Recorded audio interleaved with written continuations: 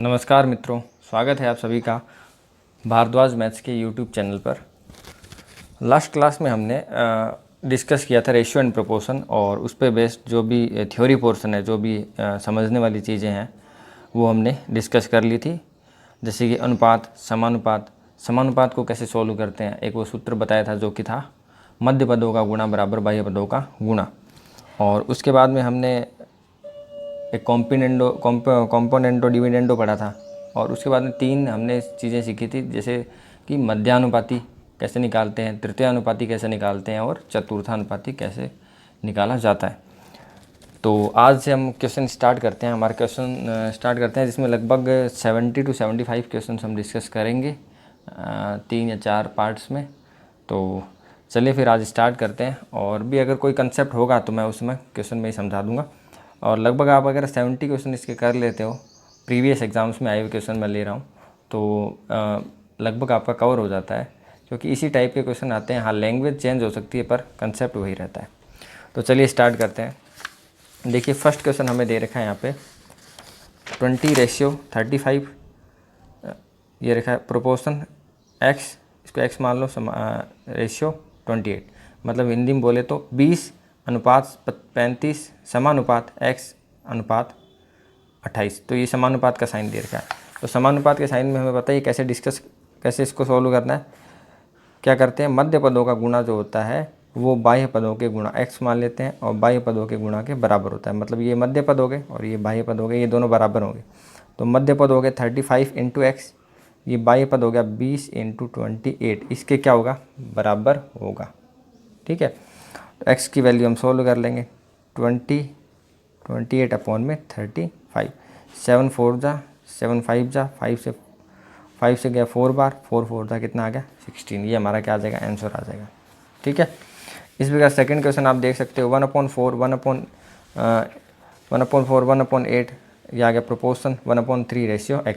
तो इसमें भी वही मध्य पदों का गुणा बाह्य पदों का गुणा 1/4 इंटू एक्स कर देंगे, इज इक्वल टू 1/8 इंटू 1/3। तो 1/4 x के मल्टीप्लाई में, तो x की वैल्यू निकालेंगे 1/4 डिवाइड में आ जाएगा, सॉल्व हो जाएगा आराम से। ठीक है, तीसरा क्वेश्चन देखिए। तीसरे क्वेश्चन में हमें दे रखा है a:b, a अनुपात b दे रखा है 12:17, b अनुपात c दे रखा है, c अनुपात d दे रखा है, तो a अनुपात d निकालना है। तो ऐसे क्वेश्चंस में हमें a अनुपात d दिया हुआ है, a अनुपात d कितना दिया हुआ है 12:17, सॉरी a अनुपात b, b अनुपात c हमें दिया हुआ है 34:36, और c अनुपात d दिया हुआ है 5:6। मुझे a अनुपात d फाइंड आउट करना है। तो सबसे पहला, अगर सिर्फ मुझे a अनुपात d पूछा है तो मैं ऐसे भी कर सकता हूँ। 2 मेथड बताता हूँ उसके अंदर। फर्स्ट मेथड इजी होगा और सेकंड मेथड एक स्टैंडर्ड मेथड होगा। ठीक है, तो फर्स्ट मेथड में देखिए, आप डायरेक्ट करना चाहते हैं तो कैसे करोगे, a अपॉन में b, a रेशियो b को a अपॉन b लिख सकते हैं, b रेशियो c को b अपॉन c लिख सकते हैं, और c रेशियो d को हम लिख सकते हैं c अपॉन में d। ठीक है, जब इनको मल्टीप्लाई कर देंगे तो देखिए b से b कैंसिल, c से c कैंसिल, आप ऐसे ऐसे अज्यूम कर सकते हो, b से b, c से c कैंसिल। तो a अपॉन में क्या आ रहा है, a अपॉन d आ रहा है। a अपॉन d को ही तो हम क्या कहते हैं, a रेशियो d कहते हैं।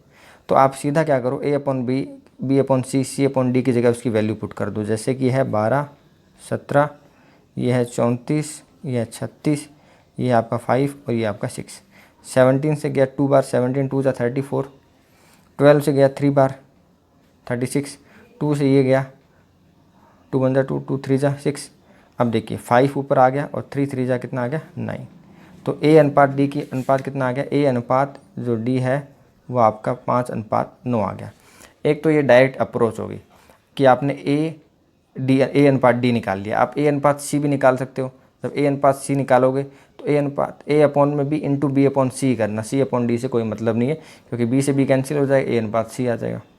ठीक है, और आपको कह दे कि a अनुपात d तो निकाल ही लिया, तो इस हिसाब से आप डायरेक्ट निकाल सकते हो। लेकिन अगर आपको कुछ ऐसे कह दे कि c अनुपात b निकालना है, तो b अनुपात c दिया हुआ है, लेकिन कुछ भी आपसे बीच में पूछ ले, जैसे आपको पूछ ले कि a अनुपात c अनुपात d, तो अब आप 2 में तो कोई दिक्कत नहीं है, a अनुपात c भी निकाल सकते हो, a अनुपात d भी निकाल सकते हो।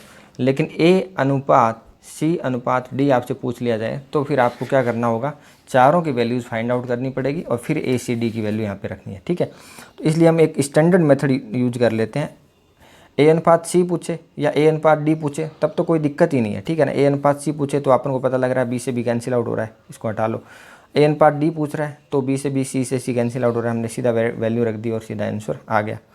लेकिन जब हमसे और कुछ पूछ लेता है, जैसे A अनुपात C अनुपात D पूछ लिया, तो अब A अनुपात C निकाल सकते हैं, लेकिन A अनुपात C अनुपात D कैसे निकालें। A अनुपात B है हमारे पास में और B अनुपात C है। A अनुपात C निकाल लें और फिर बाद में C अनुपात D निकाल लें, तो कुल मिला के बहुत दो रेशियोज़ निकालने होंगे। तो इस हिसाब से हम पूरा एक स्टैंडर्ड फॉलो करते हैं कि कैसे निकालना है। तो देखिए A अनुपात B अनुपात C अनुपात D। A अनुपात B दे रखा है 12:17, ये दे रखा है 34:36 और ये दे रखा है 5:6। अब देखिए यहाँ पे ये आपका ये B सेम हो जाए तो फिर मैं B की जगह A की वैल्यू रख दूँ, तो ये 17 है और ये क्या है 34 है। तो इसको मैं अगर 2 से मल्टीप्लाई कर दूँ तो देखिए क्या होगा, ये हो जाएगा 24, ये हो जाएगा 34 और ये 34 है ही, ये 36 है, ये 5 है, ये 6 है। तो A अनुपात B और B अनुपात C में B जब सेम हो गया तो फिर B की तो दिक्कत थी और B जब सेम हो गया तो B को हम एक ही रख देंगे और A और C क्या रहेंगे, एज इट इज़ रह जाएंगे, ठीक है, क्योंकि B सेम हो गया, B को हमने सेम कर दिया। लेकिन C को सेम करना पॉसिबल थोड़ा मुश्किल है, क्योंकि 36 और 5 एक दूसरे के टेबल्स में नहीं आते हैं। तो कोई दिक्कत नहीं है, 5:6 हमने लिख दिया, ठीक है। अब हमें निकालना है तो हम क्या करेंगे, हमने इसको क्या कर लिया, आपको पता ही है कैसे किया जाता है। ये अपने बराबर से और पहले से सबसे गुणा होगा और ये जो बाद वाला है वो सिर्फ इससे गुणा होगा ना। जड़ से बनती है, ऐसे मल्टीप्लाई होती है, ठीक है। ये संख्या इससे होती है, ये इससे होती है और ये इससे होती है। इसकी वैल्यू यहाँ आ जाएगी, इन दोनों की वैल्यू यहाँ आ जाएगी, सॉरी इसकी वैल्यू यहाँ आ जाएगी, इन दोनों की वैल्यू यहाँ आ जाएगी और इन दोनों की वैल्यू यहाँ आ जाएगी। जैसे देखिए मैं सॉल्व करके बताता हूँ। 24 5 जा, ये मल्टीप्लाई होगा, 24 5 जा नहीं लिख रहा मैं, सिर्फ मल्टीप्लाई, क्योंकि कटेंगे आगे। और ये लिख दिया 34 × 5, ये लिख दिया 36 × 5 और ये अनुपात में लिख दिया 36 × 6। 5 तीनों से मल्टीप्लाई हो रहा है, 24 से भी, 34 से और 36 से भी, और 6 ओनली 36 से मल्टीप्लाई हुआ है। अब इसको कैंसिल आउट कर लेते हैं, ठीक है। या वैसे भी मुझे क्या चाहिए, A अनुपात D चाहिए। अगर मुझे A B C में से कुछ भी पूछे, A अनुपात C अनुपात D पूछे तो ये ले लो। अगर आपको A अनुपात B अनुपात D पूछे तो आप ये ले सकते हो, A B और D। लेकिन मुझे पूछा हुआ A अनुपात D, इसका मतलब हो गया कि आपके पास A B C D चारों ही है, कोई सा भी अनुपात पूछेगा तो कोई दिक्कत वाली बात नहीं है। चाहे 2 अनुपात 2 ले ले, A अनुपात B ले ले, चाहे A अनुपात B अनुपात D ले ले, कुछ तो इसमें कुछ भी पूछा जा सकता है। तो इसमें A अनुपात D पूछा था, तो A अनुपात D मतलब A कितना हो गया 24 × 5, 24 × 5 और D कितना हो गया 36 × 6, ठीक है। तो 12 से कट गया 12 2 जा, 12 3 जा और 2 से और कट गया 2 1 जा 2, 2 3 जा 6, ठीक है। तो ये हो गया 5 1 जा 5 और 3 3 जा 9, तो वही आंसर आया। लेकिन ये स्टैंडर्ड तरीका है, ठीक है। अगर आपको A अनुपात C या A अनुपात D पूछे तो कोई दिक्कत नहीं है, फर्स्ट और लास्ट का पूछे तो कोई दिक्कत नहीं है। A अनुपात C पूछ ले कोई दिक्कत नहीं है, A अनुपात D पूछ ले कोई दिक्कत नहीं है। लेकिन अगर आपको A C D या A B D ऐसा कुछ पूछ ले, ठीक है ना, तो फिर आपको ये स्टैंडर्ड मेथड ज़्यादा यूज़फुल रहेगा। तो इसमें काफ़ी मैंने समय ले लिया है, क्यों लिया है, क्योंकि ये बहुत इंपॉर्टेंट क्वेश्चन है और काफ़ी बार आता है। आगे बहुत सारे क्वेश्चंस ऐसे आएंगे तो वो सारे आपको ही प्रैक्टिस में लाने हैं, आपको ही करने हैं, ठीक है। चलिए आगे बढ़ते हैं। संख्याएं 4 और 8 का प्रथम समानुपाती क्या होगा। प्रथम समानुपाती क्या होगा, तो प्रथम समानुपाती के लिए देखिए क्या करना है। यहाँ पे फोर्थ क्वेश्चन में 4 और 8 का प्रथम समानुपाती, तो प्रथम समानुपाती मतलब A अनुपात B समानुपात C अनुपात D ऐसे दिया हुआ है। तो A यहाँ पे हम मान लेते हैं प्रथम समानुपाती मतलब A ही निकालना है और हमें दो संख्याएं दे रखी है 4 और 8। जब दो संख्याएं होती है तो हमें क्या करना होता है, इसको डबल कर देते हैं। तो 4 को हम क्या कर देंगे, डबल कर देंगे। ऐसा नहीं करेंगे 4 8 8 फिर ये थोड़ी हुआ डबल। B C और D कभी भी सेम नहीं होते, हमें क्या करना पड़ता है B और C को सेम करना पड़ता है। और B हमें पता है 4 है, तो 4 को हम 2 बार लिख देंगे और 8 को हम 1 बार लिख देंगे। समझ गए। 4 फर्स्ट संख्या है, तो फर्स्ट संख्या यहाँ पे क्या है, क्योंकि प्रथम अनुपात पूछा है A निकालना है, तो यहाँ पे B और C सेम हो जाएंगे। तो A × 8 बराबर क्या हो जाएगा 4 × 4। अब A की वैल्यू आ जाएगी 4 × 4/8, ये आ जाएगी 2। बात है समझ में। प्रथम अनुपात, अब प्रथम अनुपात मैंने बता नहीं रखा था, लेकिन मैंने आपको यहाँ पे बता दिया, क्योंकि प्रथम अनुपात बहुत रेयर चांस में पूछते हैं, ठीक है। मेनली जो पूछा जाता है तृतीय मध्यानुपात या चतुर्थानुपाती पूछा जाता है। प्रथम अनुपात आपको समझ ही आ गया, कुछ नहीं करना था इसमें, ठीक ना। बस इसमें क्या करना था, दो ही संख्याएं दे रखी थी, बी को डबल कर देना था। आगे चलिए क्या लिखा हुआ है, 3 और 27 का, 3 और 27 का मध्यानुपाती निकालो। तो इसका मध्यानुपाती क्या होगा, 3:x समानुपात x अनुपात 27, 3:x, ठीक है। मध्यानुपाती में क्या होता है, जो a और c, a और d हमें दिए होते हैं 3 और 27, और b और c को हम अननोन मान लेते हैं, x मान लेते हैं। तो x² बराबर 81 हो जाएगा, x की वैल्यू 9 आ जाएगी। ओके, छठा क्वेश्चन देखिए, 10, 25, 35 और 75 में कौन सी संख्याएं जोड़ी जाए कि समान योगफल समानुपाती हो जाए, ठीक है ना। संख्याएं कौन सी दे रखी है, 10, 25, 35 और 75। तो हम कह देते हैं कि इनमें x जोड़ दें तो ये क्या हो जाएंगे, समानुपाती हो जाएंगे। तो 10 + x, दूसरी संख्या 25 + x समानुपात 35 + x और अनुपात 75 + x। अब इनको हमें सोल्व करना है। सोल्व वैसे ही होगा, मध्य पदों का गुणा बराबर बाह्य पदों का गुणा, मतलब 25 + x इंटू हम कह सकते हैं 35 + x, ये बराबर होगा 10 + x और 75 + x के। इसको सोल्व करना है तो सोल्व आप कर ही सकते हैं। कैसे करेंगे देख लो। पहले x को अगर कर लेते हैं, 25 को 35 से मल्टीप्लाई करते हैं, 25 को 35 से मल्टीप्लाई करेंगे तो कितना आएगा, ये आ जाएगा 25 और 30, 25 30 हो जाएगा 750 और फिर 5, 25 को 5 से करेंगे 125, 750 और 125 हो गया 875 प्लस 25 और 35 x हो गया 60x + x², ठीक है। इधर जब करेंगे तो क्या बनेगा, x² बनेगा ही, 10x देखो 10x और ये 75x क्या होगा 85x + 750। सोल्व कर लेंगे, x² से x² कैंसिल आउट हो गया, ये x इधर ले जाएंगे तो ये हो जाएगा 85x - 60x, ये हो गया 25x, और ये इधर लेके आएंगे तो 875 - 750, ये हो जाएगा आपका 125। x की वैल्यू आ जाएगी, आपकी 5 आ जाएगी, ठीक है। तो x में हम क्या ऐड करें, इन सब में 5 ऐड करेंगे तो क्या आ जाएगा, आंसर आ जाएगा। सातवां क्वेश्चन देखते हैं, समझ आ गया होगा। 10, 25, 35 और 75 में कौन सी संख्याएं जोड़ी जाए, तो वो संख्या x हो जाएगी, और फिर तो हमें सिंपल संख्या वो मल्टीप्लाई कैलकुलेट करना है बस, कि मध्य पदों का गुणा बराबर बाह्य पदों का गुणा। दो संख्याएं, नेक्स्ट क्वेश्चन करते हैं सातवां, दो संख्याएं 7:9 के अनुपात में हैं, प्रत्येक संख्या में से 8 घटा देने पर शेषफल का अनुपात 3:4 हो जाता है। तो दो संख्याएं 7:9 में है, इनमें से प्रत्येक संख्या में से, तो इनको मैं मान लेता हूँ 7x, क्योंकि इसको संख्या बना लेता हूँ, क्योंकि जो भी घटाने या जोड़ने का काम होता है वो किस में होता है, 8 घटाना है, तो ये जोड़ने घटाना 8 क्या है, संख्या है, तो ये भी हमारे पास अनुपात नहीं हो के संख्या में होना चाहिए। तो इसको हमने 7:9 को हमने 7x संख्या हो गई, 8x 9x संख्या हो गई। अब इसमें हमने क्या कर दिया, घटाया है, क्या घटाया, -8 दोनों तरफ, ठीक है ना, दोनों में से प्रत्येक संख्या में से, तो अनुपात क्या हो जाएगा, 3:4 हो जाएगा। क्रॉस मल्टीप्लाई करनी है हमें, वज्र गुणा करनी है, और वज्र गुणा करके x की वैल्यू हम यहाँ पे निकाल लेंगे। जब x की वैल्यू हमारे पास आ जाएगा तो हमें पूछा संख्याएं कौन सी हैं, तो संख्याएं कौन सी हो जाएंगी, वो 7 और 9 के अनुपात में मल्टीप्लाई आप कर दोगे।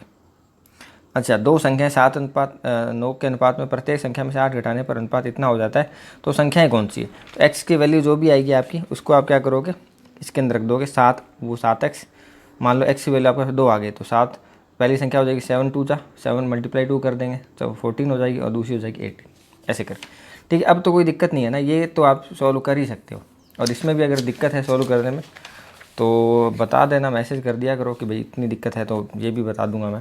बाकी इसमें कुछ है नहीं बच्चों, 4 को इससे कर दोगे तो ये आ जाएगा 28x - 32x, सॉरी 32, भाई 4 को 7 से करोगे, 7 4 28x - 32 is equal to 9 3 27x और 8 3 24। अब x को एक तरफ रख दो और विदाउट x को एक तरफ रख दो, बराबर के उस तरफ रख दो, जैसा कि हमने यहाँ पे किया ही था, आपने देखा ही था।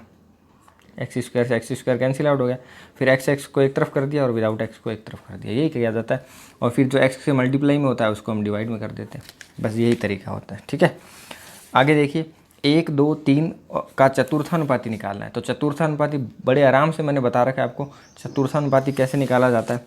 बहुत ही इजी क्वेश्चन है। 1:2 समानुपात 3 ये x, x हमें निकालना है। x क्या चतुर्थानुपाती है, तो चतुर्थानुपाती यहाँ पे 6 आ गया। इसमें क्या करना है, x × 1 = 2 × 3, 6 आ गया, कोई दिक्कत ही नहीं है। ठीक है। 9वां क्वेश्चन देखो, बहुत ही अच्छा क्वेश्चन है, स्टैंडर्ड क्वेश्चन है, आने लायक क्वेश्चन है। देखिए, एक व्यक्ति 12 लीटर दूध में 3 लीटर पानी मिलाता है और दूसरा है वो 10 लीटर दूध में 4 लीटर पानी मिलाता है। दोनों प्रकार के मिश्रणों में दूध की सांद्रता बताइए। तो पहला जो व्यक्ति है, प्रथम जो व्यक्ति है, फर्स्ट जो पर्सन है, व्यक्ति है, वो क्या करता है, मिल्क और वाटर का जो रेशियो वो देखिए क्या है, 12 लीटर दूध में 3 लीटर पानी मिलाता है। और जो सेकंड व्यक्ति है वो 10 लीटर दूध में 4 लीटर पानी मिलाता है। अब इसमें पूछा है कि बताओ दोनों मिश्रणों में दूध की सांद्रता कितनी होगी। तो पहले मिश्रण में अगर दूध की सांद्रता देखें, सांद्रता कितनी होगी, ठीक है ना, क्या मात्रा होगी, मतलब कितने प्रतिशत होगी। तो टोटल जो मिश्रण है वो कितना है, टोटल मिश्रण 15 है, उसमें से दूध कितना है, 12 है, तो यही तो इसकी सांद्रता हुई। अगर पानी की सांद्रता पूछता तो 3/15 होता, 3 और बटे में क्या होता है, टोटल होता। सांद्रता में हमेशा नीचे क्या होता है, योग आता है। ठीक है। यहाँ अगर देखें दूध की सांद्रता, तो दूध की सांद्रता यहाँ क्या हो जाएगी, अब आप बता ही सकते हो मुझे क्या हो जाएगी, सोच लो पहले। यहाँ पे क्या हो जाएगी, टोटल कितना है 14 और दूध की सांद्रता है तो 10 आ गया। अगर यहाँ पे पानी की सांद्रता बोलता तो ऊपर 4 आता, दूध की सांद्रता है। अब ये पूछ रहा है बताओ दोनों की दूध की सांद्रताओं का अनुपात क्या है। तो इनका अनुपात हम निकाल लेंगे, फर्स्ट और सेकंड का अनुपात आराम से निकाल लेंगे, 12/15, 1 मिनट, ठीक है, 12/15 और अनुपात 10/14। क्या करेंगे, वज्र गुणा करेंगे। 14 को हम 12 से गुणा कर देंगे और 10 को हम 15 से गुणा कर देंगे। कट रहा है क्या कुछ, हाँ कट जाएगा, 5 से कट गया, 2 से कट गया 6, 2 से कटा 5, और तो कुछ कट नहीं रहा है। ठीक है, 3 से कट जाएगा, 3 5 जा और 3 2 जा, 14 2 जा 28 और 5 5 जा 25। ये इन दोनों की सांद्रता आ गई। तो बात आ गई होगी समझ। बहुत इजी क्वेश्चन था, बस थोड़ा सा लैंग्वेज में उलझा रखा था कि पहला व्यक्ति है वो 12, एक बार वापस रिपीट कर देता हूँ मैं। पहला जो व्यक्ति है वो 12 लीटर दूध में 3 लीटर पानी मिलाता है और दूसरा जो व्यक्ति है वो 10 लीटर दूध में 4 लीटर पानी मिलाता है। तो यहाँ पे दूध की सांद्रता जो पहले में होगी वो कितनी होगी, 12/15, क्योंकि 12 मिल टोटल 15 है, उसमें से 12 क्या है, 12 लीटर क्या है, दूध है, तो 12/15 होगी ना। और दूसरे क्या करता है, 14 लीटर दूध में 10 लीटर पानी है, 14 लीटर दूध टोटल में से मिल्क कितना है, 10 है। तो ये इन दोनों की सांद्रताओं का अनुपात हुआ, दूध की सांद्रताओं का अनुपात निकाल लिया, क्या कर दिया, वज्र गुणा कर दिया और इसको कट के जितना कट हो रहा है उतना कट करके हमने इसको आंसर दे दिया। ठीक है, आ गया होगा समझ आपको। अब हम आगे बढ़ते हैं, 10वां क्वेश्चन पढ़िए। 10th क्वेश्चन दे रखा है, एक त्रिभुज की भुजाओं का अनुपात आपको दे रखा है 1/2 अनुपात 1/3 अनुपात 1/4 और उसका परिमाप इतना दे रखा है। देखिए अच्छा क्वेश्चन है लैंग्वेज का। क्या दिया हुआ है, एक त्रिभुज की भुजाओं का अनुपात। तो मान लेते हैं पहली भुजा ए है, दूसरी भुजा बी है और तीसरी सी है। तो इसका जो अनुपात है वो 1/2, 1/3 और 1/4 दिया हुआ है। और उसका परिमाप कितना दिया हुआ है, परिमाप मतलब इन तीनों भुजाओं का योग जो दे रखा है वो दे रखा है 104। तो ये तो क्या दे रखा है, सम दे रखा है इन भुजाओं का, है ना, और ये अनुपात दे रखा है।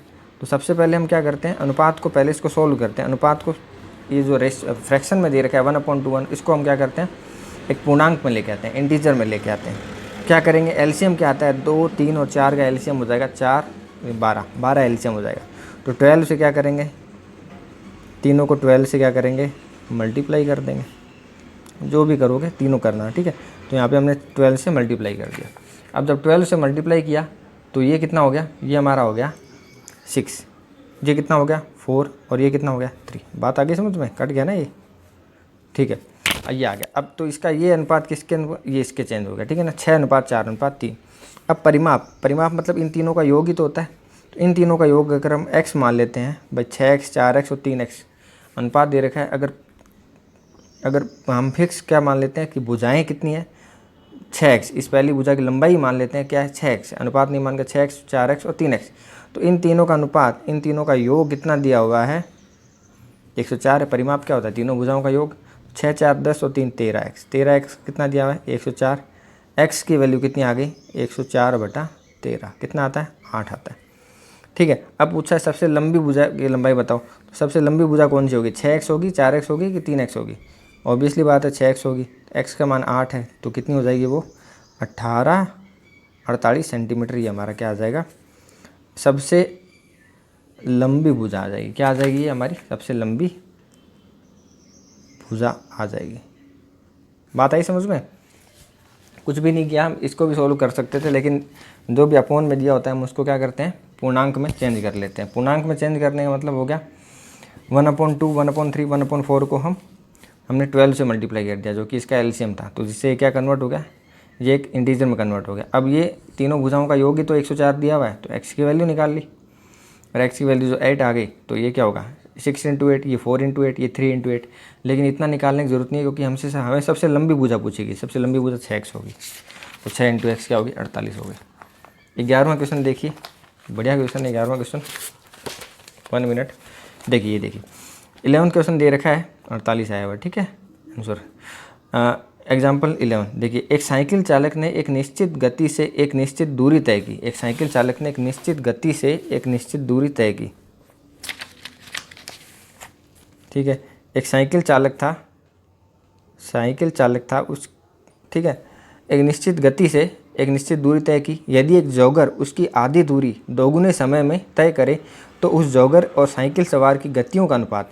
तो गतियों का अनुपात, अगर साइकिल सवार की गति मतलब क्या होगी, गति का सूत्र क्या होता है, दूरी बटा समय, दूरी बटा समय।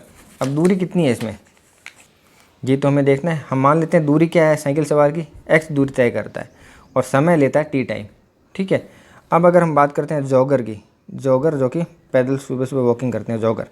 अब जॉगर की जो गति है, गति सेकंड मांगता हूँ मैं, ये गति फर्स्ट में। ठीक है, गति सेकंड ध्यान से देखिए, वही दूरी बटा समय। लेकिन वो कहता है यदि एक जॉगर उसकी आधी दूरी, मतलब जो उसने x मानी है साइकिल सवार की, जो उससे आधी दूरी x/2 हो गई, दोगुने समय में तय करता है, उसका डिस्टेंस भी आधा तय करता है और समय भी डबल लगाता है। समय t की जगह हो जाएगा 2t हो जाएगा। अब इसका पूछा है कि यदि, तो उस जॉगर और साइकिल सवार की, तो जॉगर और साइकिल सवार का पूछा है, अनुपात किसका पूछा है, गलती मत कर देना, जो इन्फॉर्मेशन दी हुई है आपकी, यही सबसे बड़ी गलती होती है। ठीक है, जो इन्फॉर्मेशन दी हुई है साइकिल सवार और जॉगर की दी हुई है, लेकिन जो आपको अनुपात पूछा है वो जॉगर और साइकिल सवार का पूछा हुआ है। तो जॉगर का अनुपात कितना है, ये रहा x/2/2t अनुपात में x/t। ठीक, ये 2 नीचे आ जाएगा तो x अपॉन में क्या हो गया 4t अनुपात x/t। मुझे तो अनुपात निकालना है, तो x से x, t से t कैंसिल आउट, ये 1/4, सॉरी। ठीक है, मुझे तो क्या निकालना है, जॉगर x, ये 2 नीचे आ गया 4t हो गया, x से x कैंसिल आउट, t से t कैंसिल आउट, ये 1/4 = 1, 4 उधर चला जाएगा तो 1 रेशियो क्या आ गया 4। तो आपसे पूछा है कि जॉगर और साइकिल सवार का अनुपात, तो 4:1 हो गया। लेकिन अगर आप सीधा कंपेयर कर लेते तो आपका गलत हो सकता था, आपको आते हुए भी गलत हो सकता, क्योंकि आप साइकिल सवार रेशियो जॉगर निकालते, जो कि आपका आता 4:1 क्या आता 1 आता, क्या आता 4:1। लेकिन उसने पूछा जॉगर अनुपात साइकिल सवार, तो 1:4 आपका आंसर सही होगा। ठीक है, आगे बात समझ में, सिर्फ कुछ नहीं किया है, सिर्फ गति का सूत्र लगाया और आपका आंसर आ गया। और ये क्या कर दिया, इसकी गति दूरी आधी हो गई, गति समय क्या हो गया डबल हो गया, बस वही किया हमने, अनुपात निकाल लिया। अब लास्ट क्वेश्चन देखते हैं, 12 क्वेश्चन। उसके बाद में जो बहुविकल्पीय प्रश्नोत्तर है वो हम नेक्स्ट जो वीडियो होगा उसमें ले लेंगे। ठीक है, 12 क्वेश्चन देखिए, 850 रुपये मोहन, सोहन और